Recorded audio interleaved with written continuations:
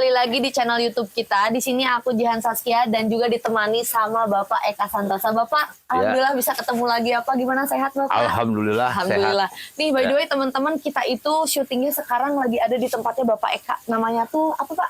Alam Sentosa Ekowisata dan tuh. Ini budaya. tempatnya serius enak banget. Di sini juga ada tuh. Ada kolam ikan. Ini tempat ngopinya juga ya, Pak? Ya, ini Esa Kopi Kultur. Iya, tuh Esa Kopi Kultur ya. Nah, di sana juga bisa kita lihat City Light. Itu juga tadi aku lihat ada ini apa? Masjid Al-Jabar. Al-Jabar kelihatan. Ya, Masjid Al-Jabar, ya. teman-teman ya kayak gitu. Bapak, di sini aku mau ngobrol-ngobrol tentang Pilpres kemarin nih, Pak. Oh, Pilpres ya. Oh iya iya. Tapi di sini aku harus ngeliat dulu nih, Pak. Soalnya banyak banget nih pertanyaan dari aku buat Bapak ya. Nih, di sini aku mau nanya nih, Pak, di dalam Pilpres sekarang nih yang 2024 ini, seperti yang kita ketahui kan, suara pasangan Capres dan Cawapres, Bapak Ganjar Pranowo di luar ekspektasi kita nih, Pak. Jadi gimana nih menurut pandangan Bapak Eka tentang hal tersebut? Ya, pertama dari sisi penyelenggara pemilu dulu ya, bahwa kita kan sebetulnya menjalani pemilu ya, sudah berapa kali lah, dan di era reformasi ini mau yang ke 5 kali ya, 2004, 2009, 2014, 2019, 2024. Kalau sebelumnya ya di masa Orde Baru ada pemilu yang formalistis, tapi sebelumnya juga kita pernah pemilu di tahun 55 ya. Nah, kalau kita urut dari semua perjalanan, ini yang paling ajaib. Ini yang paling ajaib menurut Bapak ya? Yang paling ajaib. Karena kenapa? Dan aneh-aneh ya, gitu, aneh-aneh. Ya, apa sebuah kemajuan atau sebuah kemunduran? Kalau dari persepsi saya ini kemunduran luar biasa ya. Dan kita sangat bukan persoalan kalah menang tadi, ekspektasi calon ya, tapi ini dari sisi penyelenggaraannya. Kan diawali kita dengan suatu fenomena khusus ya.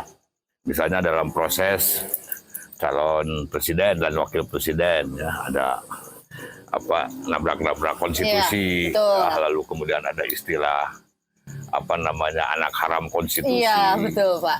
Lalu ada juga istilah presiden cawe-cawe.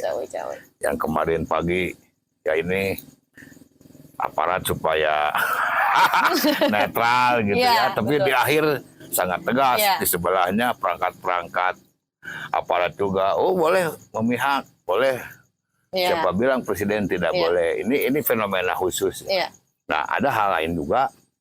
Ini kan ada ini istilah sirekap ya. Yang tadi pagi saya lihat agak terkejut.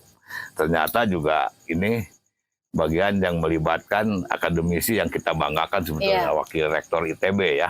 Jadi nah, tetapi kita kalau lihat juga di perdebatan ini sirekap suatu sistem yang memang bisa menjadi alat bukti hukum.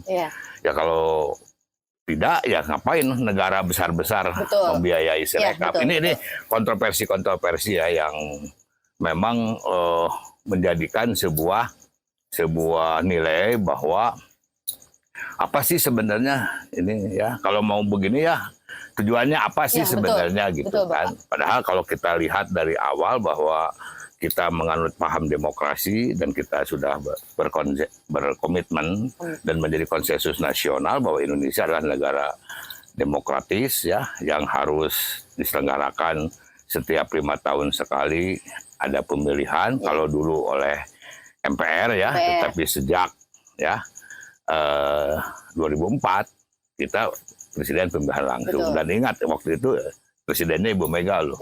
Dan Ibu Mega harus menerima kekalahan juga, tidak ada masalah. Lalu Pak SBY 2 periode, periode kedua 2008 juga biasa-biasa saja, tidak ada sampai. Nah, termasuk Presiden Jokowi ya 2014 menjadi presiden. Maka yang kedua 2019 tidak ada hal yang kalau ini nuansanya berbeda ya. Satu hal parameter yang saya lihat bahwa apapun kenyataannya bahwa perubahan ini atau yang melakukan suatu perubahan ya, ini kan kelompok menengah ya, kelompok menengah intelektual, para budayawan, para guru bangsa.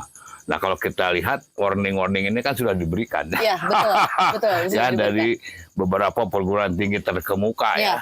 Apa kekhawatiran lalu koreksi terhadap Presiden jangan begitulah, Iya. Bapak Presiden, Bapak kan pemimpin semua begitu, lalu semua partai peserta pemilu juga anaknya presiden, sebaiknya netral dan sebagainya. Tapi kelihatan, dan itu sudah diberikan warning.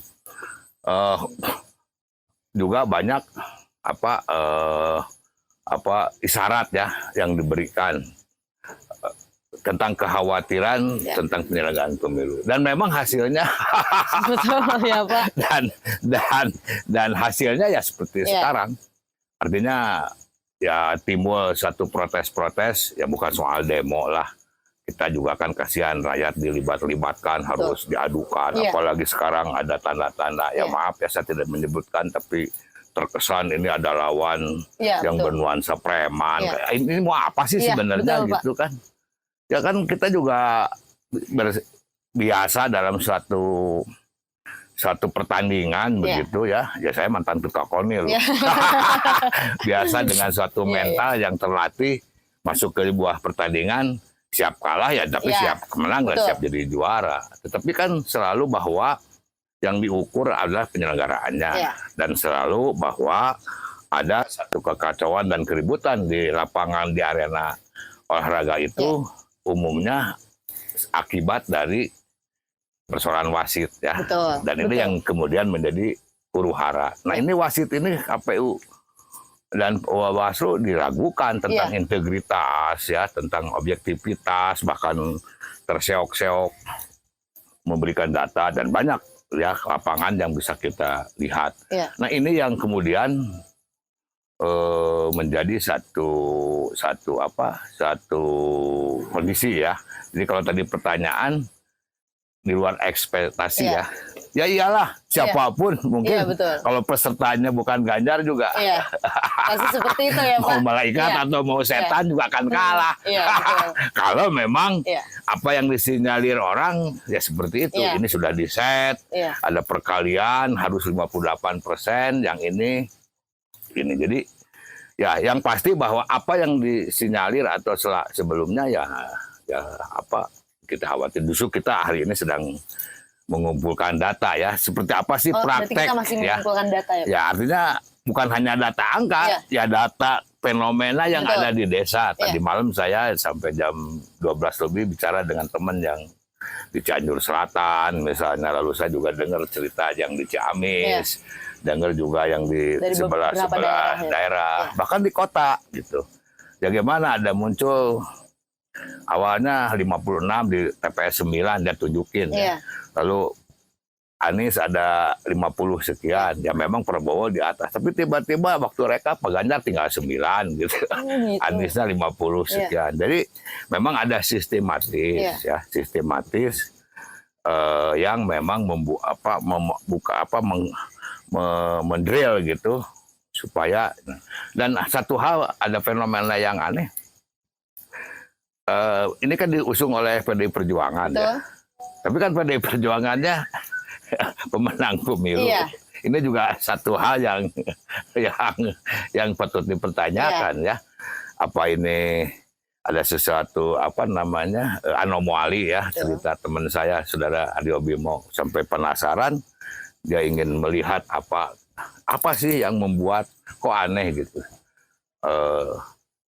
Jomplang gitu antara kemenangan legislatif sebagai partai pengusung dengan Pilpres yang diusungnya ya, tidak sama, tidak sinkron ya, tidak linear lah istilahnya. Ini juga bagian yang saya kira menarik ya. Jadi kesimpulan memang ini sudah satu sistematis yang istilah orang terstruktur, masif dan terpola. Memang saya lagi ngecek terus dan mendapat berita bagaimana sih praktek sebenarnya ya, terutama di perkampungan, tentang ini kok tiba-tiba begitu, padahal daerah itu sudah dipetakan, setidak-tidaknya mungkin kalaupun hilang ya antara 20-30% atau mungkin setengahnya. Ini jomplang gitu kan, ini sama sekali hilang. Ini apa sih yang membuat itu? Jadi saya tidak lagi berbicara tentang mengumpulkan suara, tapi lebih kepada ini apa sih yang sebenarnya terjadi di lapangan. Di balik semua ini ya Pak ya, ada apa sih yang terjadi ya? Bapak nih aku mau nanya lagi nih Pak, apa yang harus kita lakukan nih Pak untuk partai pengusung dan pendukung serta tim pemenang nasional terkait dugaan kecurangan tersebut nih? Begini ya, kalau kan kita melihat bahwa pada dasarnya pemilu ini kan pelaksanaan konstitusi, ya, betul. Ya, semuanya diatur ya oleh perundang-undangan, dilaksanakan oleh penyelenggara pemilu, ya, bikinlah aturan yang disebut PKPU, peraturan pelaksanaan dari penjabaran undang-undang. Di situ ada peran negara, katakan ada peran pemerintah, ada peran aparat, ada peran penyelenggara, dan ada peran kita sebagai masyarakat. Dan itu semua dilindungi oleh undang-undang, oleh aturan yang memang mengatur itu. Jadi ini hak bangsa ya. Kalau memang terindikasi atau ada bukti bahwa ini melanggar loh. Ini tidak sesuai dengan ketentuan, ini tidak sesuai dengan perundang-undangan, tidak sesuai dengan PKPU, dan secara moral apalagi ya, bukan hanya karena ya biasalah. Kalau Pak Mahfud di tahun berapa selalu diputar-putar, kan itu kan bicara beliau. Udah siap-siap ada reaksi dari yang kalah. Ya itu mah fenomena umum dan silakan aja. Tapi bagi kita persoalannya kan bukan di situ. Mari kita uji. Ya kan terus semakin hari semakin jelas bukti-bukti kemasifan, keterlibatan tidak netralnya aparat. Cawe-cawenya presiden, proses waktu wakil presidennya benar-benar menabrak konstitusi, pelaksanaannya ya seperti ini. Nah, tinggal diuji saja dan buktikan itu betul nggak melanggar.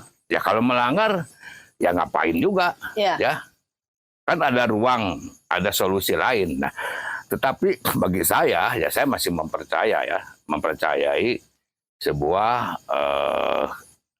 perangkat-perangkat kenegaraan. Ya kalau sinis ya biasalah, orang yang kalah kan pasti ribut. Ya, betul Pak. Ya kualitasnya apa dulu, gitu. Persoalannya apa dulu. Kan ini bukan persoalan menghitung angka, bukan persoalan itu, pelaksanaannya, rekapitulasinya nggak benar, sistemnya yang sudah diatur, yang sudah diplot bahwa ini harus 58%, ini hanya 27%, ini benar nggak itu gitu. Lalu aparatnya benar nggak gitu? Kok tiba-tiba seperti ini? Nah kalau itu ada bukti-bukti, ya saya kira ya saya sebagai warga negara ya silahkan, saya punya wakil rakyat kok, gitu kan, punya wakil rakyat di DPR dan lembaga itu yang relevan untuk menguji dan mempertanyakan. Jadi kalaulah katakan ini ada bukti dan memang pelanggaran yang dilakukan oleh aparat pemerintah dalam hal ini presiden dan juga oleh penyelenggara pemilu, ya kita minta dong pertanggungjawabannya, ya, pertanggungjawaban kepada pemerintah, ya dalam hal ini presiden dan juga kepada KPU dan Bawaslu sebagai penyelenggara. Ya itu melalui hak-hak DPR, ya hak-hak DPR, ya supporting kita sih siap-siap saja dan memang kita lihat, nah ini pembuktian ini yang harus kita uji. Jadi gunakanlah hak-hak sebagaimana yang dilindungi dan diatur oleh perundang-undangan, bahwa DPR ya terutama mungkin partai yang mengusung dan mendukung paslon yang merasa dirugikan oleh suatu kondisi tadi bisa menggunakan haknya, ya apakah hak angket lah atau hak bertanya, hak minta, intinya minta pertanggungjawaban. Kalau terbukti nanti bahwa itu menyimpang, ya kan ada solusi juga, diatur oleh mekanisme, apakah pemilunya ditunda, diulang, atau dianggap dianulir hasil pemilunya, kan bisa saja. Ya kenapa tidak gitu. Tapi semuanya tetap dalam rel konstitusi. Saya tidak setuju dengan sikap anarkis, dan kita ini kan bukan persoalan kalah menang, ya bukan persoalan harus berkuasa. Kita juga tanya, ya kalau secara moral berani, yang namanya patriot, apalagi membawa kebesaran nilai-nilai kebangsaan, sanggup nggak menempati sebuah kedudukan posisi hasil tidak benar? Betul Pak. Ya kembali aja kepada dirinya ya. Kalau saya sih auzubillahi min dzalik, ya lebih baik lebih baik nyangkul aja nih di sawah ya daripada kita berkuasa hasil yang prosesnya melanggar gitu ya. Silakan kembalikan kepada diri kita gitu. Nah itu secara moral ya. Saya kira itu deh. Pertanggungan jawabannya juga ya, artinya ada oh iyalah.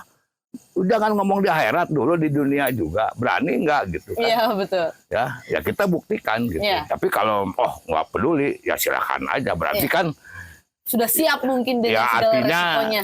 Kepancasilaannya kita ragukan, betul. kan? Ya. Pancasila tidak mengajarkan begitu loh. Jadi maksud saya bukan saya tidak menuduh dia tidak Pancasilais, tapi ada rule ya, ada mekanisme, ada aturan yang mengatur tentang pelaksanaan ini. Ini kalau menurut saya yaitu yang mengecewakan dan pemilu yang paling buruk ya. Paling buruk ya. Dan ya saya pernah ada pengalaman di situ. Dulu jadi pimpinan Komisi 2, bahkan mengawasi pelaksanaan pemilu sampai Pilpres 2008 ya. Saya mewakili DPR loh waktu itu bersama Mendagri, Kapolri, Ketua KPU, Ketua Bawaslu, seluruh keliling seluruh Indonesia. Satu pesawat berangkat dari Pondok Cabe mengelilingi Indonesia. Dan saya jujur, waktu itu saya kan mewakili fraksi PD Perjuangan, tapi dalam posisi sebagai wakil ketua Komisi 2 yang membidangi urusan KPU ya, waktu itu pemilu. Ya fair, saya laporan ke induk organisasi, ke ketua fraksi, ke teman-teman di DPP ini, Pak SBY menang kok. Dan suaranya seperti ini, tidak ada satu kecurangan yang menonjol dan pelanggaran yang terlalu berarti gitu. Ya udah, artinya kan kita fair dong, ya. Betul.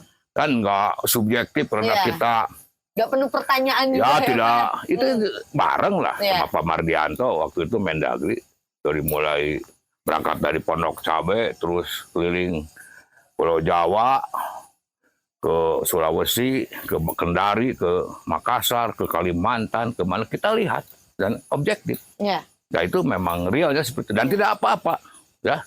Ibu Mega terima. Ya, dan waktu itu kan berpasangan dengan Pak Prabowo. Iya, waktu itu ya Pak ya. Jadi kalau ngomong mendukung Pak Prabowo, ya saya pernah mendukung beliau loh tahun 2008 dan iyalah sampai Ibu Mega habis-habisan nggak ada masalah dan saya juga secara person baik kok sama beliau, pernah dia berdiskusi berjam-jam ya, walaupun saya tidak masuk kepada partai beliau ya, tetapi secara personal. Dan saya saya kembalikan ke hati nuraninya kan. Ya, betul, Pak. Nih Bapak ada pertanyaan lagi Bapak nih. Bagaimana pandangan Bapak Eka jika Pilpres berlangsung jujur dan adil, apakah hasil Pilpres tersebut akan jauh berbeda? Menurut Bapak gimana nih? Ya itu tadi kan yang oke lah. Kalau jujur ya, jujur adil itu makan bahasa apa namanya? Bahasa yang umum. Lebih kepada nuansa budaya. Parameternya gimana ya, abstrak gitu ya, semi abstrak lah, jujur adil. Tapi ada pasal kan yang mengatur, ada undang-undang yang mengatur. Misalnya, bukti nggak bahwa presiden campur tangan mengatur, katanya menggelontorkan kebijakan, lalu mengeluarkan soal bansos, bener nggak gitu? Ya kan tidak betul bahwa presiden boleh mengikuti atau memihak. Tapi ingat loh, dia harus cuti. Tidak boleh menggunakan fasilitas negara. Nah itu terpenuhi nggak? Kalau tidak kan berarti batal. Ya, dan ada bukti nggak? Memang saya juga aneh ya. Ini sudah dikeluhkan sebelumnya. Misalnya 1 minggu mau pemilu, ya saya rumah tangga lah, saya juga bukan biasa beli beras cicilan. Ini kok sudah susah ya beras gitu. Lalu kemana? Jangan-jangan ini ada yang menarik di Alfamart, ada di beberapa kios. Jadi bukan hanya hari ini yang seperti di Antapani ngantri. Sebelum pemilu pun sudah ada keluhan.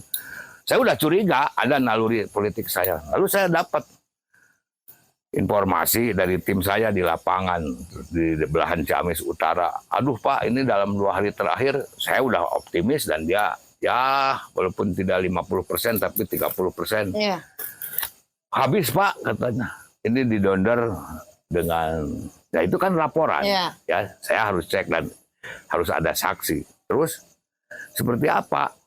Ya pokoknya ada kiriman masuk ke penduduk dengan nada ancaman, ya nada. Tadi malam juga akur dengan apa yang saya dengar dari dari tim saya ya, atau ketua relawan saya yang di Cianjur. Bahkan bener enggak, saya bilang, coba kamu ada satu daerah yang terisolir dan sudah diplot gitu, itu sangat mengagetkan, habis semua. Loh, kenapa?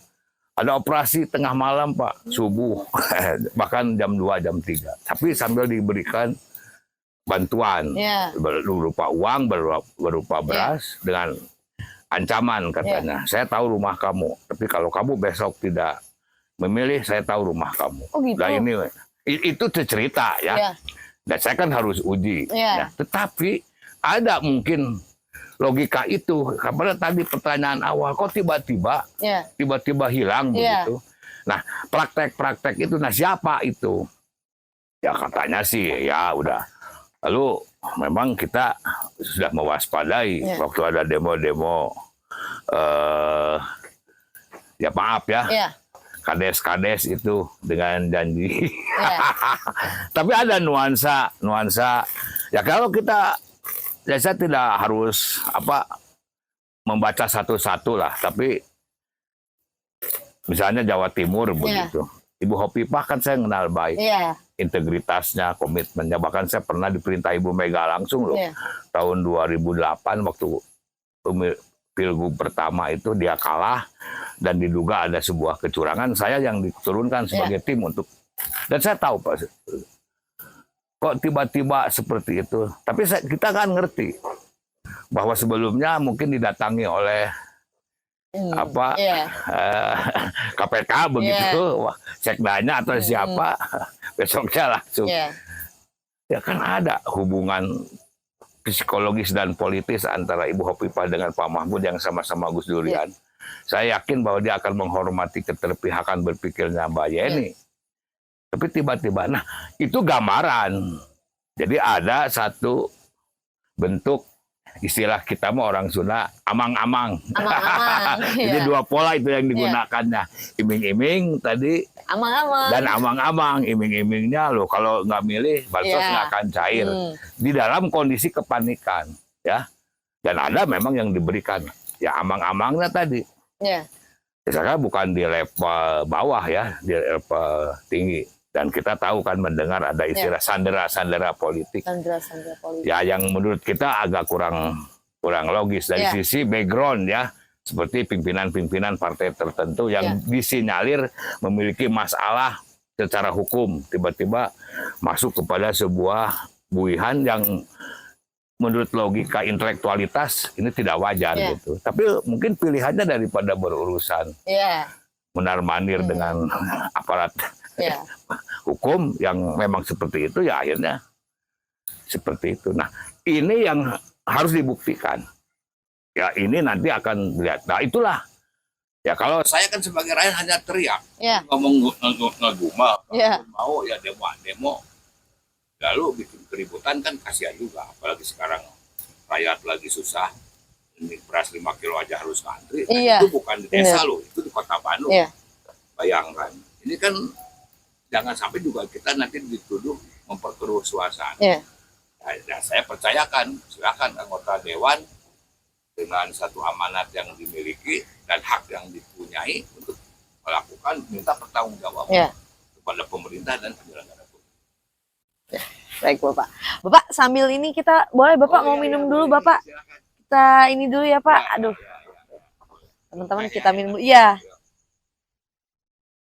Ini Bapak ada pertanyaan selanjutnya nih Pak dari aku nih. Bagaimana nih pendapat Pak Eka terkait isu koalisi 01 dan 03 akan ajukan hak angket di DPR soal kecurangan pemilu 2024 nih Pak? Saya dalam kedudukan sebagai relawan, saya memiliki hubungan historis, kepercayaan batin dan logika saya terhadap sosok Ganjar Pranowo. Ya, jadi kalau saya ini bukan soal kebawa-bawa karena sebuah euforia. Saya sadar ketika tahu bahwa 2019 akan ada seleksi kepemimpinan nasional, saya harus menentukan sebuah pilihan dan mencari sosok yang menurut pandangan saya layak. Ya, kita lihat track record, latar belakang, lalu kemudian kinerja dan prestasi. Yang menurut saya, jadi Gubernur Jawa Timur, Jawa Tengah itu yang memiliki kapasitas ya. Jadi kalau saya berbicara itu berbicara dari hati nurani, bicara pada pilihan. Yang soal nanti berkawan dengan siapa urusan lain, apakah Pak Ganjar jadi presiden atau wakil presiden, tapi sosok ini layak diberikan tempat. Ya, alhamdulillah memang akhirnya PDI Perjuangan memberikan dukungan. Dan ada P3, ada teman dari Hanura, ada juga dari Perindo dan teman-teman relawan. Jadi kalau soal tadi apakah ada sebuah koalisi dan hak angket, itu mah silahkan saja. Ada dari logika sih bang, apa sih alasan kita? Saya pernah ingat ada pembicaraan seorang tokoh yang patut dipercaya, pernah berkedudukan sebagai hati-hati Kang, yang 01 bisa-bisa juga bagian dari setting. Oh gitu. Nah, yang saya perhatikan terus, jadi kita buktikan besok, betul nggak? Ya, logikanya kalau ini memang dianggap bermasalah, harusnya kan berkoalisi. Betul. Ya katakan walaupun tidak berkoalisi, bekerja sama dan sama satu persepsi. Ya cerminannya akan dilihat nanti di sikap di DPR ketika ada pengagendaan angket. Jangan jadi pedagang sapi lah, kita tahu. Iya. Bahkan salah satu partai pengusung 01 kan saya pernah ikut mendirikan. Bahkan boleh tanya sama Bang Suryanya bahwa saya pernah mulai dari ormasnya, saya perhatikan dan mengusung sebuah pemikiran tentang restorasi. Ya uji betul tidak bahwa restorasi adalah sebuah pola pikir yang akan mengembalikan tentang nilai kebangsaan dan nilai kenegaraan. Saya kira akan diuji. Iya, betul. Ya oke lah. Kalau sekarang Perseriwar mungkin saja pihak mana yang mengadu-adu begitu seolah-olah ke sana. Nah, Caimin kita lihat juga yang lawan lah. Iya, PMI, saya di GMI dulu pernah main bola bareng. Oh sama Caimin. Pertandingan persahabatan waktu sama-sama di DPR. Yang saya termasuk yang kenal dan beliau tahu kalau saya bagian juga keluarga besar Nahdliyin karena saya keponakan Pak Ilyas Suryati pasukan, jadi beliau mengerti. Dan kita perhatikan istilah kita memang yang lincah.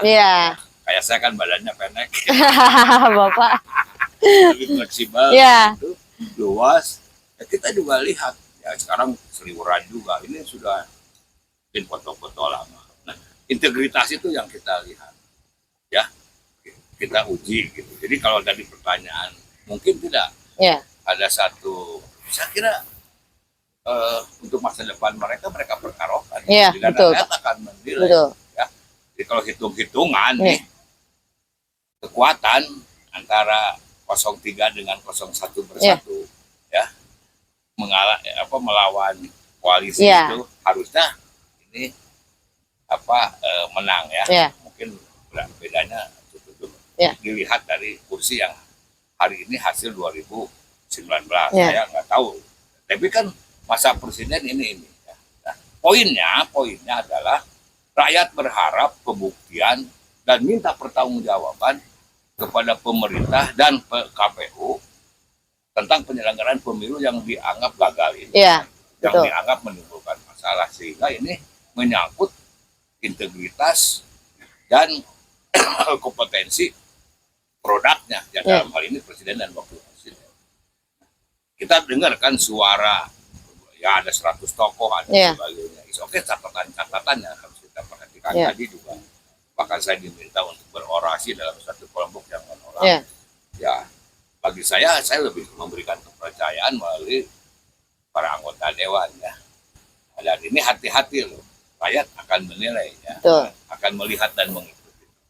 Jadi kalau tadi pertanyaannya bagaimana tanggapan saya tentang koalisi, saya masih mempercayai tentang integritas. Pengusung 01 dalam hal ini yang mengusung isu restorasi, lalu PKB yang juga memiliki integritas dengan berbasis ke NU-nya yang juga sebagai pasut negara, dan PKS yang selalu menunjukkan rasa keadilan. Kalau dari koalisi koalisi 03 udahlah itu kan seolah-olah inisiator penggagasnya. Nah ini saya kira penting ya, dan ini sejarah buat kita. Jadi daripada kita memiliki presiden yang tidak legitimate, betul, yang tetap dimasalahkan, dan ini tidak akan berhenti terus bergulir begitu dan mengganggu, dan ini akan menodai masa depan kenyamanan kita sebagai bangsa. Lebih baik ini diselesaikan, dan penyelesaiannya lewat mekanisme konstitusi. Betul. Ya. Nih Bapak ada pertanyaan terakhir nih Pak ya. Dari aku nih pertanyaannya terakhir, apa saran Pak Eka untuk para relawan Ganjar Mahfud? Ya, saya sudah secara internal di tubuh kami sebagai relawan DGB 8 kan tegas tuh. Saya dukung Ganjar presiden. Betul. Dan ini sifatnya nasional. Saya 1 minggu yang lalu sudah berkirim surat ke Ketua Umum untuk segera memberikan sebuah pernyataan ya yang bisa dipahami oleh semua teman-teman relawan di Indonesia yang strukturnya juga banyak. Beberapa sudah ada di kabupaten, bahkan sampai ke kecamatan, bahkan ada yang sudah sampai di desa. Ini semi-semi partai loh. Betul. Ya, nah saya bilang segera. Poinnya adalah kita tetap bersinergi dan melakukan koordinasi baik dengan TPN. Ya, ikuti apa yang menjadi langkah-langkah TPN dan sebagai tambahan dengan TKRPP. Nah, tapi intinya bahwa kita ya setuju bahwa mendorong pihak partai pengusung dan pendukung untuk mengambil sebuah inisiatif minta pertanggungjawaban kepada pemerintah dan lewat haknya kepada KPU dan Bawaslu. Ini kok begini? Nah, kita buktikan nanti. Mungkin itu ya, dan ini saya kira kalau internal kami di Jawa Barat sudah, dan saya juga kita berkomunikasi dengan teman-teman relawan yang lain. Memang banyak langkah, ada yang kurang sabaran, kan misalnya mengadakan satu istilahnya dekret. Ya, udahlah kita serahkan saja, nggak apa-apa. Itu kan karena berserikat dan mengeluarkan pendapat adalah hak, dan saya kira bukan sebuah pelanggaran.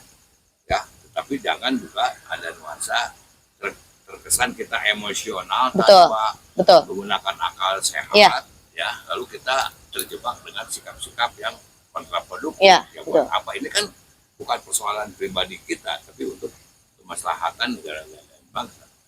Oleh karena itu kami selalu berkonsolidasi dan tiap hari juga update, bahkan ditawarkan untuk segera diadakan Rapimnas, Rapimnas khusus untuk internal DGB 8 dari Sabang sampai Merauke. Tetapi dengan relawan yang lain ya kita sedang berkomunikasi. Saya lebih memilih tadi ya, buktikan, mintakan pertanggungjawaban kepada pemerintah dan kepada penyelenggara pemilu lewat mekanisme konstitusi bahwa pemilu ini tidak sesuai dengan aturan perundang-undangan. Betul. Kalau itu ya tanggung jawabkan, ada konsekuensinya. Apa ini dianulir, pemilihan diulang, atau kita bikin pemilu lagi. Saya kira fair ya, bahwa buktikan aja lewat konstitusi. Begitu. Bapak terima kasih banyak Bapak ya. Seru banget ya Bapak pembahasan Pilpres 2024 kali ini. Mudah-mudahan nanti kita bisa ngobrol-ngobrol lagi ya Bapak di lain waktu ketemu lagi. Nah, aku juga mau ngasih tahu nih ke teman-teman, kayaknya nanti aku bakal main lagi nih Pak ke sini Bapak. Bawa keluarga dan teman-teman ya Bapak ke sini. Lebih kepada ekspresi. Namanya kalau di Semarang ada alam Ganjar, ini alam Santoso. Oh iya, betul ya. Jadi teman-teman cukup sekian ya dari kita ya Pak. Sampai ketemu lagi Bapak. Terima kasih. Bye-bye. Bye.